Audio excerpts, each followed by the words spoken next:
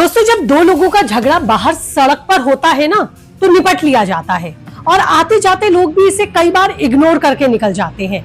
लेकिन वही दुश्मनी जब आपके घर के अंदर घुसकर आप पर वार करती है, आघात करती है, तो मामला बेहद बड़ा और गंभीर हो जाता है। यही सेम हालात अब रूस और यूक्रेन की लड़ाई में देखने को मिल रहे हैं, जिसने अब एक खतरनाक रूप ले लिया है।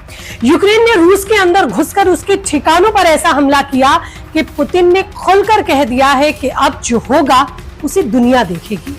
लेकिन सवाल यह है कि यूक्रेन ने इतना सटीक और बड़ा हमला किया तो किया कैसे? क्या इसके पीछे अमेरिका और नाटो है?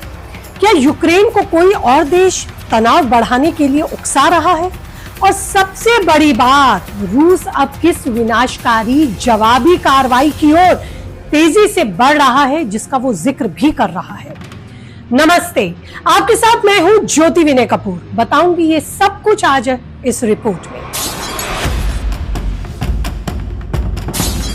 तो दोस्तों, पुतिन जिस तरह से यूक्रेन पर जवाबी कार्रवाई के लिए जरूरी कागजों पर साइन कर रहे हैं, उससे दुनिया निश्चित ही दहशत में दिखाई दे रही है। हर किसी के भीतर एक जरूरी सवाल यही है कि क्या अब तीसरा विश्व युद्ध शुरू होने की कगार पर है? रूस तो रुकने वाला नहीं है, क्योंकि ये बात दुनिया को पता है कि रूस बदले की नीति पर चलने वाला देश है। यूक्रेन ने तो जो किया, उसके बाद रूस ने सभी ऐसे जरूरी दस्तावेजों पर हस्ताक्षर करने और तेज कर दिए हैं, जो रूस की तरफ से भीषण संग्राम होने के संकेत दे रहे हैं, गवाही दे रहे हैं। किस तरह से होगी अब रूस के विद्रोह की तैयारी, ये मैं आज आपको बताऊंगी।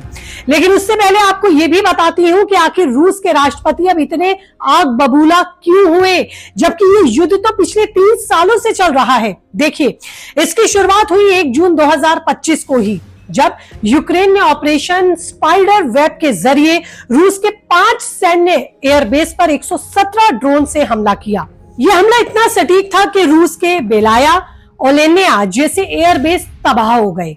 रूसी रक्षा मंत्रालय ने खुद माना कि उनके कई विमान, जिनमें Tu-95 और Tu-22M3 जैसे न्यूक्लियर हथियार ले जाने वाले बॉम्बर शामिल थे, वो नष्ट हो गए हैं। यूक्रेन की सिक्योरिटी सर्विसेज ने दावा किया कि 41 से ज्यादा रूसी विमान तबाह हुए, जिनकी कीमत करीब $7 बिलियन यानी कि लगभग 58,000 करोड़ रुपए आकी गई। एक अहम जानकारी में दावा किया जा रहा है कि यूक्रेन के ड्रोन की कीमत तो सिर्फ 50 लाख थी, जिसने रूस पर हमला किया। मतलब यूक्रेन ने 50 लाख के ड्रोन से रूस को 58,000 करोड़ का नुकसान पहुंचाया। बात सिर्फ पैसों की नहीं है, इस हमले ने रूस की सैन्य शक्ति की नींव हिलाकर रख दी। जैसे ही ये जानकारी राष्ट्रपति व्लादिमीर पुतिन तक पहुंची, उनका गुस्सा भड़क उठा। ये क्रोध सिर्फ आर्थिक चोट पर नहीं था, बल्कि रूस की सैन्य प्रतिष्ठा पर लगे गहरे जख्म की गूंज थी, जो इसमें दिखाई दे रही थी। यूक्रेन ने ये दिखा दिया कि जंग केवल हथियारों से नहीं लड़ी जाती, दिमाग से भी जीती जाती है। अब बड़ा सवाल यहाँ पर यह है कि यूक्रेन के पीछे आखिरकार दिमाग किसका है? क्योंकि ये सच्चाई जग जाहिर है कि यूक्रेन, जिसके पास अब संसाधनों की कमी है, वो इतना बड़ा हमला कैसे कर पाया। खबर यह भी है कि यूक्रेन ने ड्रोन को रूस की अंदर लकड़ी के शेड्स में छिपाकर ट्रकों के जरिए पहुंचाया। इन ड्रोन्स को पिछले 18 महीने तक चुपचाप तरीके से इकट्ठा किया जा रहा था रूस के ही भीतर, और फिर एक ही झटके में एक-एक कर इन्हें रिमोट से लॉन्च किया गया। इतनी सटीकता और तकनीक के जरिए यूक्रेन को यह हमला करने का मौका मिला। सवाल यही है, सैटेलाइट इमेज, ये खुफिया जानकारी उसे कैसे मुहैया हुई, जिससे इतना सटीक हमला यूक्रेन रूस में घुसकर रूस पर कर पाया। और यहीं से इस कहानी ने नया मोड़ ले लिया। दरअसल यूक्रेन के राष्ट्रपति जेलेंस्की ने खुद कहा है कि इस हमले की जानकारी उन्होंने अमेरिका को पहले ही दे दी थी। इसका मतलब ये निकाला जा सकता है कि अमेरिका और नाटो देशों की खुफिया एजेंसियां इस ऑपरेशन में शामिल है। सैटेलाइट तस्वीरें और रियल टाइम डेटा जो इस हमले की रीढ़ थे, यूक्रेन को पश्चिमी देशों ने ही मुहैया कराया। रूस का मानना है कि अमेरिका का डीप स्टेट, यानी कि उसकी खुफिया और सैन्य मशीनरी इस हमले के पीछे है। पुतिन ने गुस्से में कहा है कि यूक्रेन की क्षमता इतनी नहीं है, ये सब अमेरिका और नाटो की रणनीति का हिस्सा है। 27 मई को ही ट्रंप ने पुतिन को चेतावनी दी थी। ये बयान दिया था कि पुतिन आग से खेल रहे हैं और इसका अंजाम बहुत बुरा, यानी कि बहुत बुरा होगा। इन शब्दों पर जोर दिया था ट्रंप ने।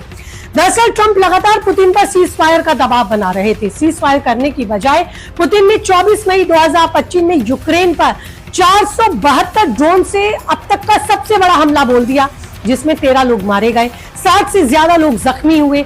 इसके जवाब में यूक्रेन ने ऑपरेशन स्पाइडर वेब की योजना बनाई, जिसे जेलेंस्की ने खुद मॉनिटर किया। यह हमला रूस को यह दिखाने के लिए काफी था कि यूक्रेन अभी भी लड़ाई में डटा हुआ है, लेकिन पुतिन इसे अमेरिका और नाटो की शाह मान रहे हैं। उनके मुताबिक यूक्रेन को पश्चिमी देशों का समर्थन मिल रहा है, नहीं तो यूक्रेन के पास इतनी ताकत नहीं है।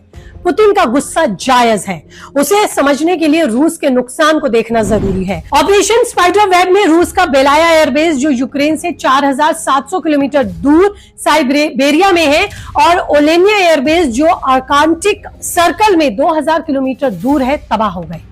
इन ठिकानों पर रूस के न्यूक्लियर बॉम्बर और A-50 जैसे हाईटेक विमान खड़े थे।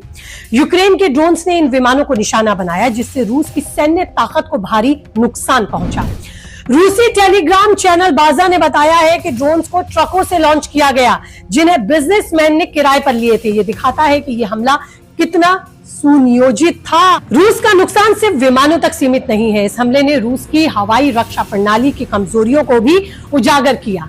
रूस ने दावा किया कि उसने कई ड्रोन्स को मार गिराया, लेकिन सच्चाई ये है कि 41 से ज्यादा विमान नष्ट हुए।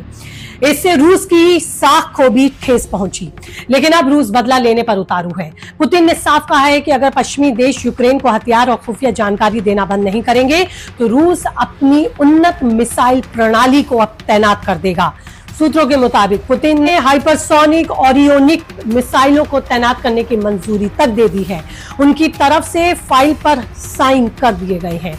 ये मिसाइल ध्वनि की गति से 10 गुना तेज और इसे रोकना लगभग असंभव है।